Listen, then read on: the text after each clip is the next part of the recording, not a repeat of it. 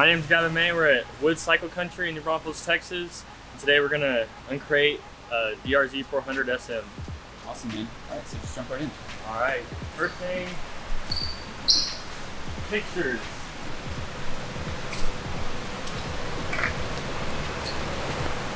Manufacturer's got to know that it comes in good condition, not crushed during the shipping of the machine. So we take pictures of every unit, just so if there is an issue, we have something to go off of and prove that we didn't do it ourselves.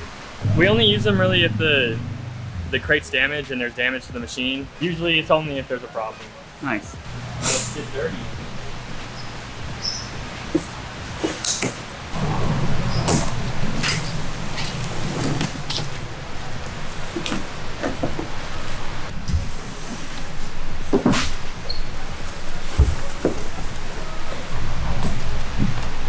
Pretty awesome. You can see.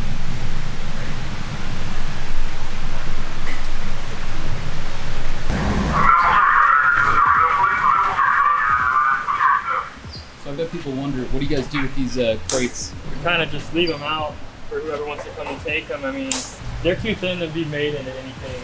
During the shipping process, most of them are damaged. Okay. So we just kind of leave them out for people that want to do projects or whatever, scrap them. This is just like hardware, fenders, just stuff that they couldn't attach to it for shipping because it would make it too big to fit in the crate.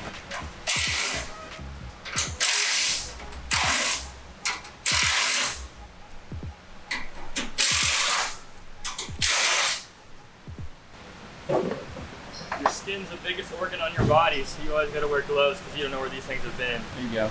They sit in yards for a long time. Sometimes we'll get a couple with raccoons or rats or any sort of animal in there. Damn. What's the craziest thing that's come out of one of these? Some raccoons. Oh yeah? Yeah. Alive? Yeah. Wow. Took off.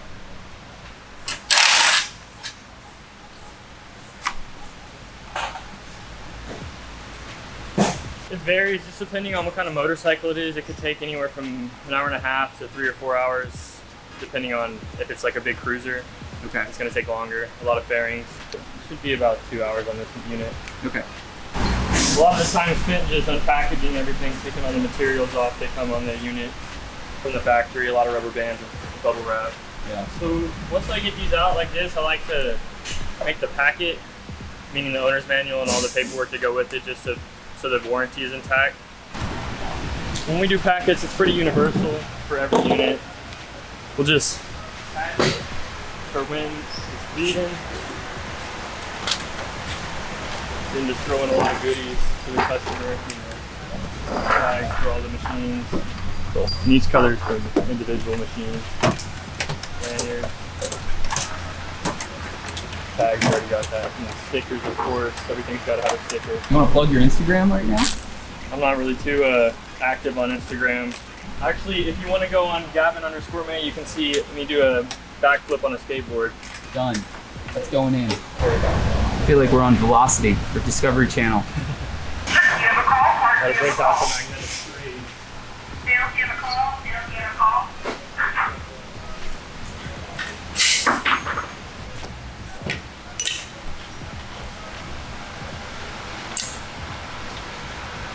I just like to throw the handlebars on so we can put the front wheel on and get it on a motorcycle or dirt bike stand.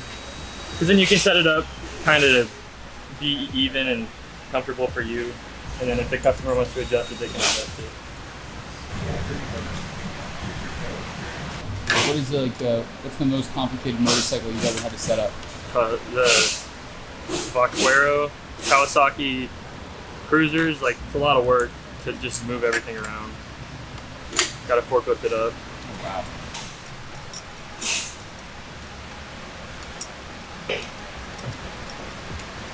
Oh wow, so you're gonna attach this from that point Yep.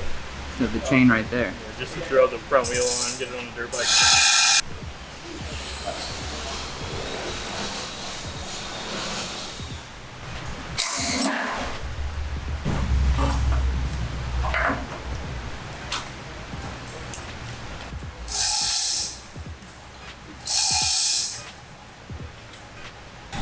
Hoist her up some more. can stand under it.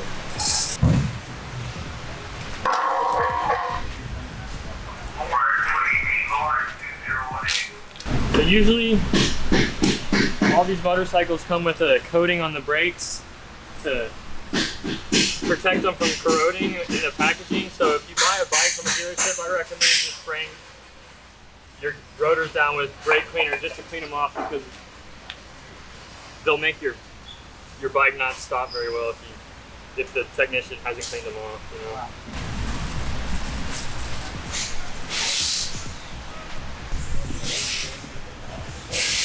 Is this just like a lubricant or something? Yeah, it's just basic grease. Throw it on just so it doesn't corrode and keeps water out.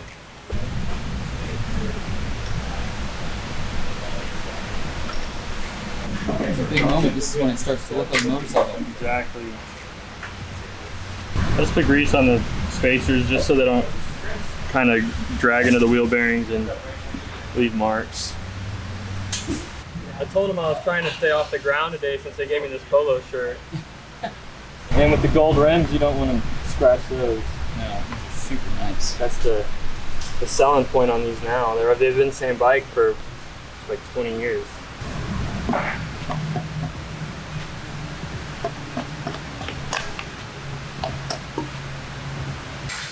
And you don't want to tighten this down until you take it off, because there's a certain order you want to tighten these axles in, or else it could throw the wheel off a little bit. What are you trying to accomplish here? Just checking to make sure the speedometer cable's tight and that everything looks to be plugged in. Because you're pretty much just going to bunch this thing up and put the light over it, the light housing.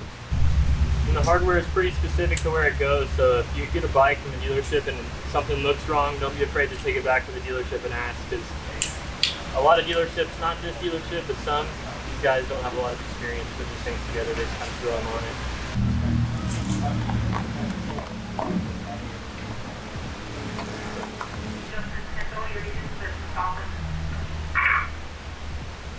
What percentage are we at right now, you think? Say we're about 35%. Depending on if it's going to be on the showroom floor, or if it's going going to the customer immediately after. I mean, it's just to be, if the customer just wants to look at it and sit on it, I'd say like probably like 40%. But if they want to go and ride it, yeah. There's a lot that goes into setup. Yeah. How many bikes have you put together? A lot. In a day, if I'm just doing bike, it varies, but in a day I could usually do like 4 or 5 in a day.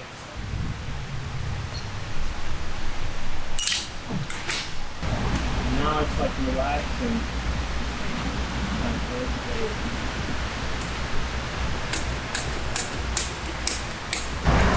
So this is repositioning the handlebars and the light?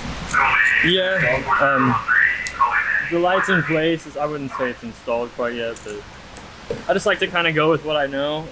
So if there's something, I mean, usually we consult the website with the build-up, but you just go with what you're familiar with, and then through process of elimination, it'll just come together.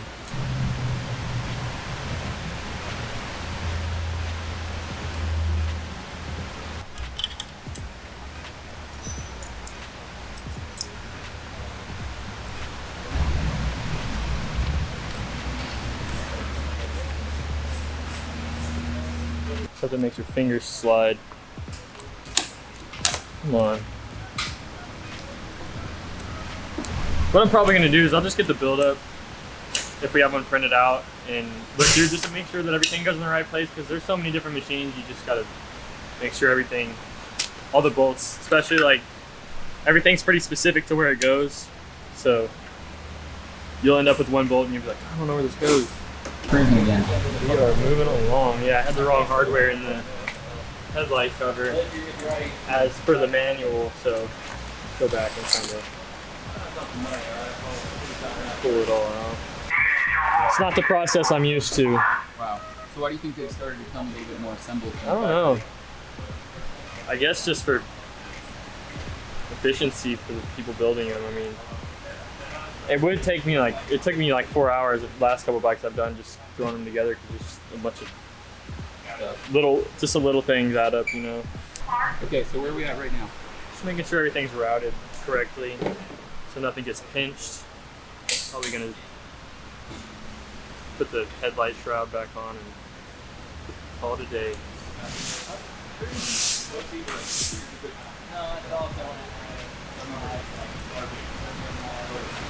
So now you're just adjusting for like the ergos? Yeah, just trying to make it feel nice and tight. We're just gonna go back and torque everything down, because if I don't do it all at once, I'll forget what I've done, and it's always a mess. Because if you go and you just tighten as you go along, nothing's gonna line up, and then it's just a headache. And on most motorcycles, you want to have a little gap in the back. You want to tighten the front, and then the back, and there will be a gap. And that's just common. It's just on all bikes.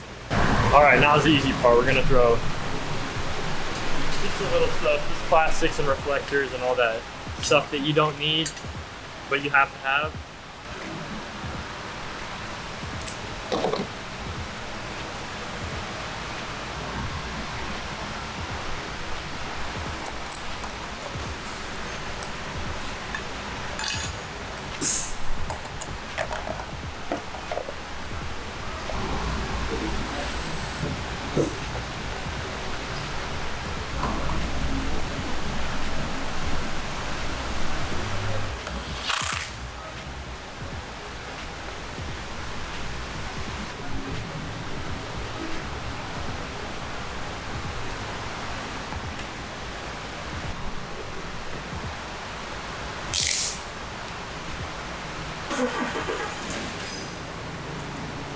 And we'll come back here in a little bit and readjust the mirrors and controls again, just so everything's even and symmetrical for the customer. And I already checked the torque specs on the rear and torqued it earlier, but I haven't tightened the front yet, so I'll come back and do that one here in a minute.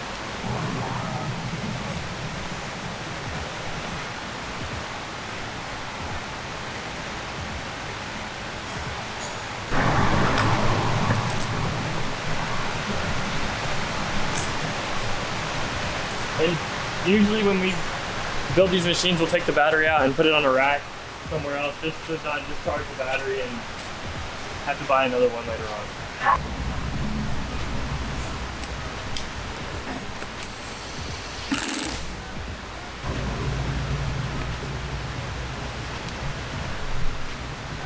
Okay, so real quick, you took the battery out there? Yep. Yeah. Took the battery out so I could throw it on a charger, just so it's ready for when someone wants this thing. You can just toss it in and they can go rip.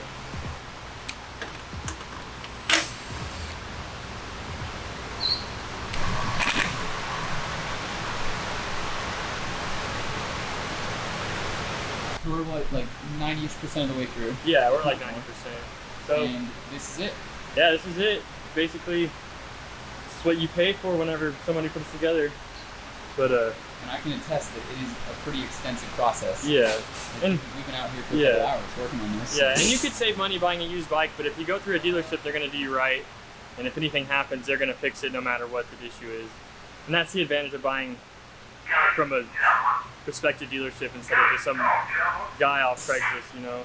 Exactly. And Suzuki will warranty all the things on here if you have any issues at all. I mean, that's awesome, man. Yeah. So Gavin at Rollick Cycle Country. Yep. Thank you, dude. Yes, sir. Appreciate it. No problem, man.